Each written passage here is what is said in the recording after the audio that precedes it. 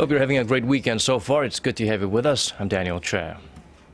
Let's begin with the first trilateral summit in more than 3 years between the leaders of Korea, China, and Japan, who met in Seoul today. Following the summit, the three leaders released a joint statement reaffirming their commitment to increasing trilateral cooperation. For more, we have our presidential office correspondent Hwang Sung-hee on the line. Sung-hee, what's the latest? Daniel, as you said, the three leaders issued a joint declaration following the summit outlining their commitment to peace and cooperation in Northeast Asia. Now, North Korea, of course, was a key part of the summit agenda. The three leaders agreed to continue their joint efforts for the resumption of meaningful six-party nuclear talks for the denuclearization of Pyongyang. They reaffirmed that they oppose any development of nuclear weapons on the Korean peninsula. Now, other areas of cooperation include speeding up the process of negotiating their trilateral free trade agreement, as well as bolstering civilian exchanges. The three countries also agreed to increase their cooperation in the environmental arena, such as preventing pollution and yellow dust. This is the first trilateral summit since May 2012, and it was largely put off because of Japan's denial of its wartime atrocities. This was addressed by Chinese Premier Li Keqiang, who said he no longer wants to see trilateral cooperation under threat because of a crack in mutual trust. He added that a correct sense of history is vital to maintaining mutual trust. President Park said the three countries had taken a big step forward by normalizing their trilateral cooperation. Prime Minister Shinzo Abe expressed the hope that today's meeting will be the beginning of a more fruitful trilateral summit to be held in Japan next year. The three leaders are now attending a trilateral business summit before they head to dinner in just about an hour. Back to you, Daniel. Okay, thank you very much for that, Sung-hee. Hopefully that's one of many more to come. That was our presidential office correspondent Hwang Sung-hee reporting live on the trilateral summit between South Korea, Japan, and China. U.S. Secretary of Defense Ashton Carter arrived in Seoul today ahead of a defense ministers meeting on Monday. As soon as he landed, Carter made a visit to the joint security area of Panmunjom, where he called for North Korea to end its nuclear program. He also urged the regime to rejoin the six-party denuclearization talks, which involve the U.S., the two Koreas, China, Japan, and Russia.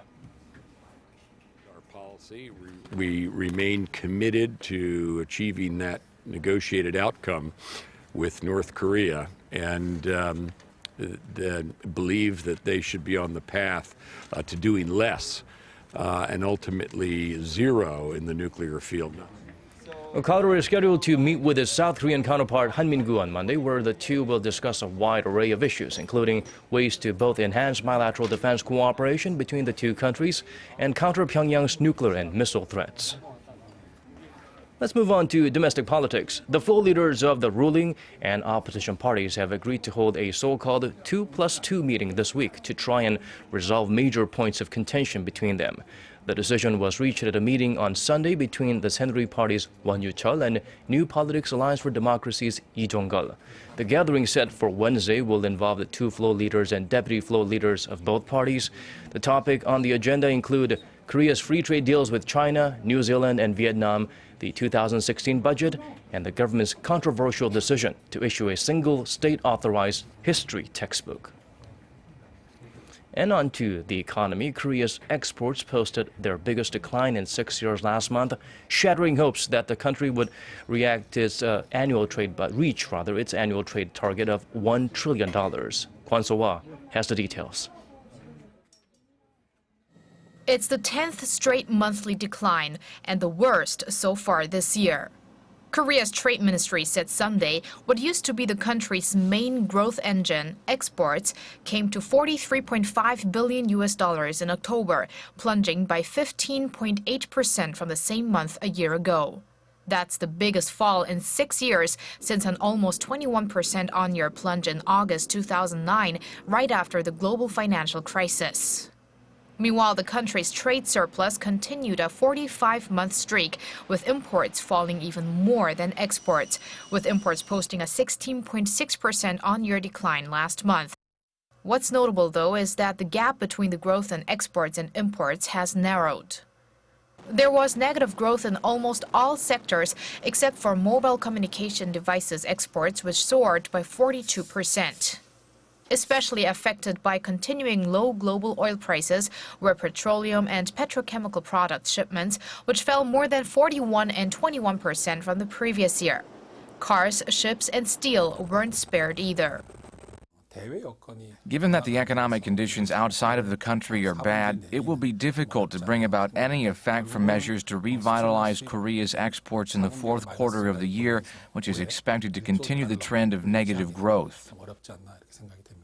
That's why most experts see it as almost impossible for the country to reach its annual trade target of $1 trillion, a mark Korea had hit for 4 years running. According to an official at the Trade Ministry, the forecast for November looks a little better than October, with improvements in the shipbuilding sector due to an uptick in orders. Kwon So-ah, Arirang News. Despite the rosy predictions for Korea's shipbuilding industry at the end of the year, the country's shipbuilders may have to let go of up to 10,000 employees within the next 2 to 3 years due to planned restructuring set to begin this month. Industry Watcher said Sunday the restructuring will be undertaken by Korea's 3 biggest shipbuilders, Hyundai Heavy Industries, Samsung Heavy Industries, and Daewoo Shipbuilding and Marine Engineering. Other smaller companies are also set to be a part of it. This comes as orders for ships have been on the decline, raising concerns that some businesses are also at risk for bankruptcy. A Korean man in his 70s has been found dead in the Philippines after months in captivity. The elderly man, identified by his last name, Hwang, was kidnapped in January by a local extremist group linked to Al-Qaeda. The group had demanded a ransom of $10.6 million for his release. Korea's foreign ministry said Sunday that an abandoned corpse believed to be Hwang was discovered in Sulu province. There were no wounds on the body, which leads investigators to believe Hwang died from an unspecified illness. And in international news, a Russian airliner crashed into a mountainous area of the Sinai Desert early on Saturday morning, killing everyone on board. The Egyptian branch of the Islamic State says it's responsible for it, but many doubt the claim. Oh Soo-young has the latest. A Russian passenger plane crashed in Egypt's Sinai Desert, killing all 224 people on board. The plane went down on Saturday around 6:13 a.m. local time, just 23 minutes after it departed the resort of Sharm el-Sheikh for St. Petersburg. All of the passengers were Russian nationals returning from vacation, save 4 who are Ukrainian, but Russian officials have said at least 1 was from Belarus.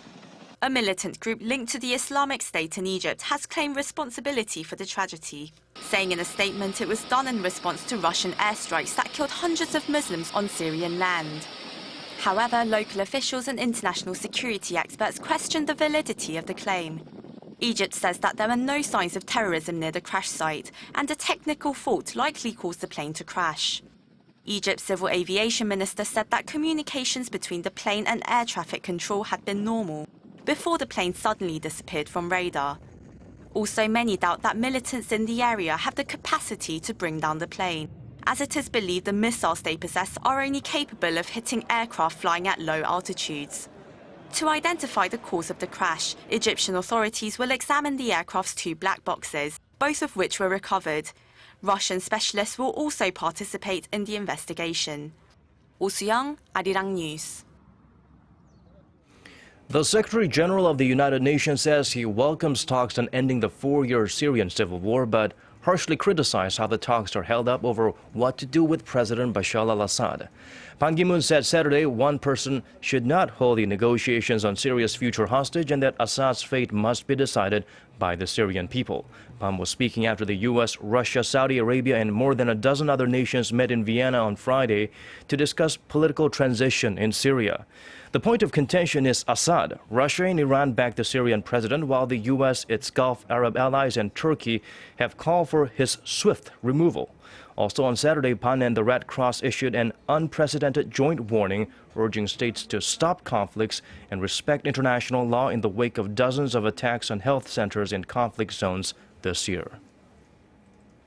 Shifting gears to a different story now. Hanshik, or Korean cuisine, was a hit at the Milan Expo 2015, where visitors were invited to sample popular dishes like bibimbap, galbijjim, japchae, and kimchi.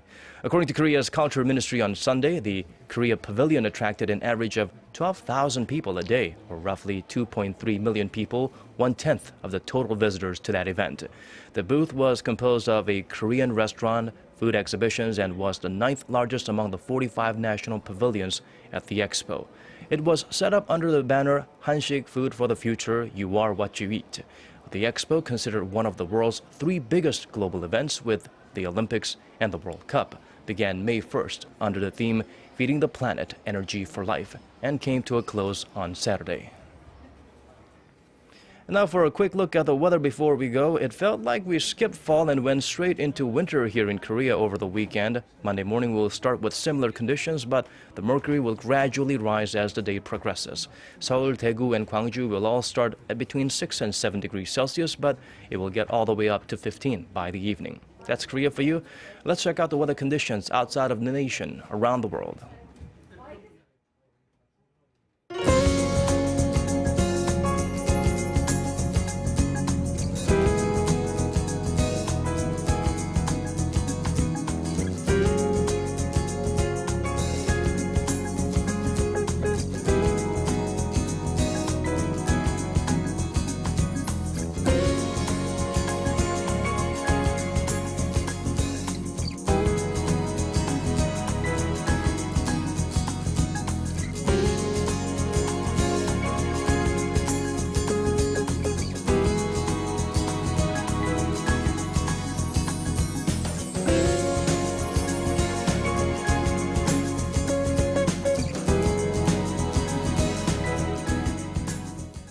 These are the stories we're following at this hour. Thank you for watching. More coming up at 10 p.m. Korea time, so do tune back in then.